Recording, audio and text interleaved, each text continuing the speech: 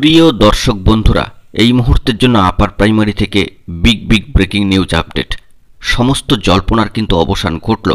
কার্যত নানান ধরনের বিভ্রান্তিকর খবর উঠে আসছিল সিনিয়র আইনজীবী মহাশয় উপস্থিতিকে কেন্দ্র করে, অর্থাৎ তার উপস্থিতি অনুপস্থিতির বিষয়টি কার্যত এবারে সব দিকে জট কাটালো এবং জল্পনার কিন্তু অবসান ঘটালো।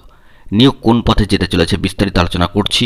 অবশ্যই গুরুত্বপূর্ণ ভিডিওটিকে শুনে শেষ পর্যন্ত বোঝার চেষ্টা করবেন ও ভিডিওটিকে অবশ্যই শেষ পর্যন্ত দেখে নেবেন। যে সমস্ত বন্ধুরা চ্যানেলটি এখনও পর্যন্ত সাবস্ক্রাইব করেননি, সাবস্ক্রাইব করে নিয়ে সঙ্গে থাকবেন, কারণ আপনাদের জন্য জরুরি ভিত্তিতে এই আর্জেন্ট ভিডিওটি অতি দ্রুত ক্রিয়েট করা।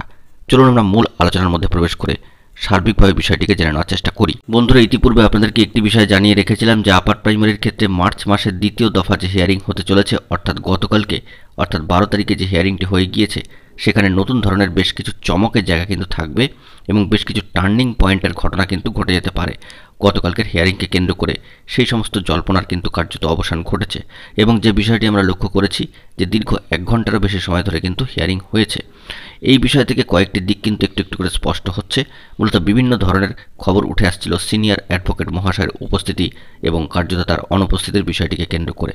কিন্তু বলে রাখা প্রয়োজন যে পুরোপর অর্থাৎ প্রথম থেকে শেষ পর্যন্ত তিনি যাবতীয় বিষয়গুলিকে অবজার্ভ করেছেন এবং তার উপস্থিতি অনেকটাই কিন্তু জট কাটাবার দিকেই ইঙ্গিত করছে এবং জল্পনার অবসান ঘটানোর দিকেই কিন্তু ইঙ্গিত করছে। এক কথায় ভালো খবর উঠে আসা শুধুমাত্র সময়ের অপেক্ষা। সম্মানীয় বিচারপতি তৌব্রত চক্রবর্তী মহাশয়ের ডিভিশন বেঞ্চে এজলাসে যে সম্মানীয় কোর্টরুমে উপস্থিত থেকে পশ্চিমবঙ্গ আপার প্রাইমারি চাকরিপ্রার্থী মঞ্চের তরফ থেকে সম্মানীয় বিশিষ্ট আইনজীবী কেবি স্যার যে সমস্ত বক্তব্য রেখেছেন, সেই সমস্ত বিষয়াদি কিন্তু সম্মানীয় বিচারপতিরা ভালোভাবেই অবজার্ভ করেছেন।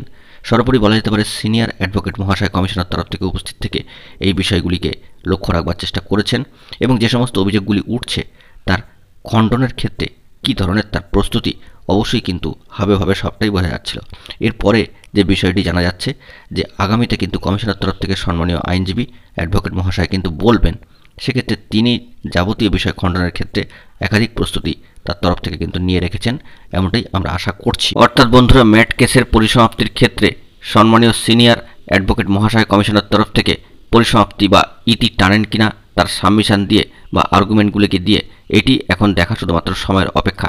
সেই দিক থেকে নিয়োগ যে একটা ভালো পজিশনে যেতে চলেছে এটুকু আমরা আশা রাখছি এবং যাবতীয় জট কেটে এই ম্যাট কেস থেকে কিছু আশাবাদী বার্তা উঠে আসবে, এমনটাই আমরা কিন্তু আশা রাখছি। ইতিপূর্বে আমরা দেখেছিলাম যে মঞ্চের তরফ থেকে অ্যাডভোকেট মহাশয় না থাকার কারণে নানান ধরনের বিড়ম্বনা ও সমস্যার মধ্যে তাদেরকে পড়তে হয়েছিল। তবে বিগত দিনগুলিতে মঞ্চের তরফ থেকে সম্মানীয় কেবি স্যার কিন্তু রয়েছেন, অর্থাৎ যাবতীয় প্রোটেকশন তিনি কিন্তু নিয়ে রেখেছেন।